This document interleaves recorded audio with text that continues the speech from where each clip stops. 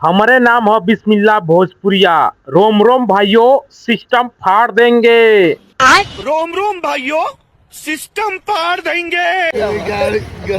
हल्दी लगाओ गाड़ी हल्दी लगी का ढोड़ी हल्दी लगी।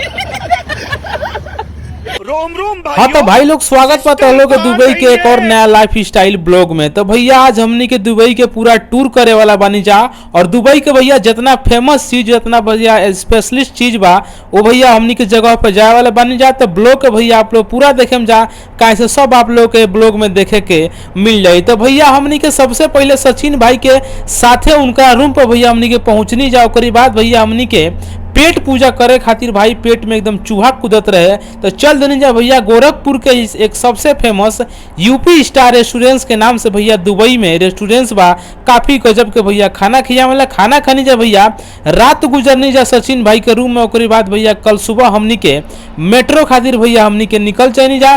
तो भैया हमनी के छोड़े खातिर हमार भाई सचिन हमनी के गईले।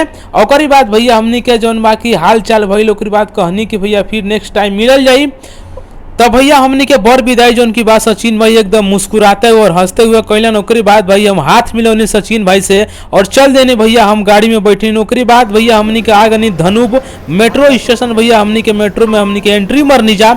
ओकरी बाद मेट्रो भैया हमनी के चलल बुर्ज खलीफा के तरफ भैया। तो सबसे पहले भैया हमनी के जाए के रहे डीएमसीसी उतर के जौन की बाकी हमनी के मरीना बीच पे भैया एंजॉय करे के रहे और खूब सारा मस्ती करे करे अपना पूरा बीडी कॉमेडी टीम के साथ बीच पर और नहाए के रहे। तो भैया हमनी के जैसे उतरनी जा मेट्रो से ओकरी बाद भैया हमनी के लाहे लाहे कदमों से मरीना बीच के तरफ हम और हमार पूरा टीम निकल गए जा भैया। तो भैया जैसे आवते जा मरीना बीच के जन ओवर ब्रिज के ऊपर भैया ही नजारा जौन देखे के मिलल भाई एकदम स्वर्ग जैसन, दिल एकदम गदगद हो गई भाई। जगह इतना लाजवाब रहे के जाए के मने ना करे। ओकरी बाद भैया हमनी के मरीना बीच के भैया ही एंजॉय ले हमनी के चालू कर देनी जा।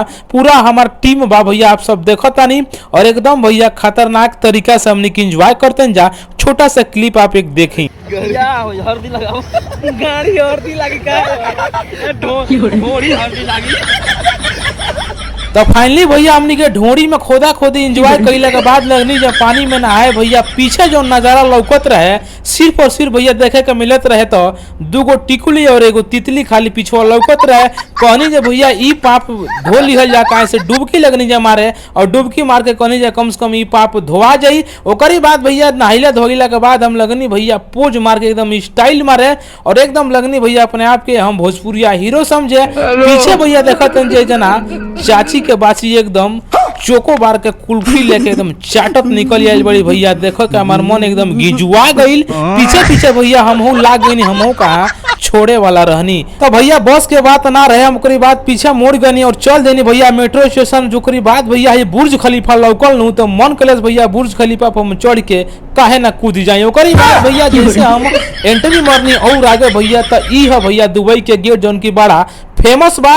ओकरी बाद मेट्रो स्टेशन से भैया एक और है खतरनाक नजारा देखे के मिल गई जौन की दुबई के भैया ये म्यूजियम है। एकरा का हमनी के पास में भैया गइल बन जा आप सबके आगे वीडियो में देखावा तानी। ओकरी बाद भैया हमनी के बुर्ज खलीफा मेट्रो स्टेशन पर रुकनी जा भैया। इहे है बुर्ज खलीफा जौन पास में देखला पे एकदम भैया इतना खतरनाक लगे। ओकरी बाद भैया लोकेशन देख के हमको रहन लगाई लगनी भैया एकदम डांस मारे लगनी एकदम देसी अंदाज में अपन जलवा देखावे।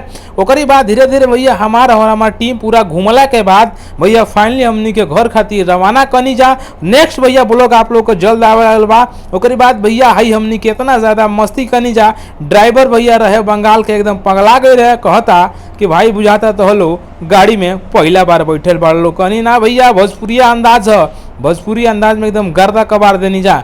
भैया हार मान गई साथे लागल हो नाचे। पूरा हमार टीम भैया एकदम एंजॉय करनी जा। एंजॉय कैला के बाद भैया हमनी के रूम पर एकदम सही सलामत चली जा। तो भाई आप लोग को ब्लॉग कैसा लागल, ब्लॉग अच्छा लागल तो वीडियो को लाइक कर देम जा। चैनल पर आप लोग नए बनी चैनल को सब्सक्राइब करते जा। फिर कल जानी अगला ब्लॉग में। अभी के लिए ही बाय बाय।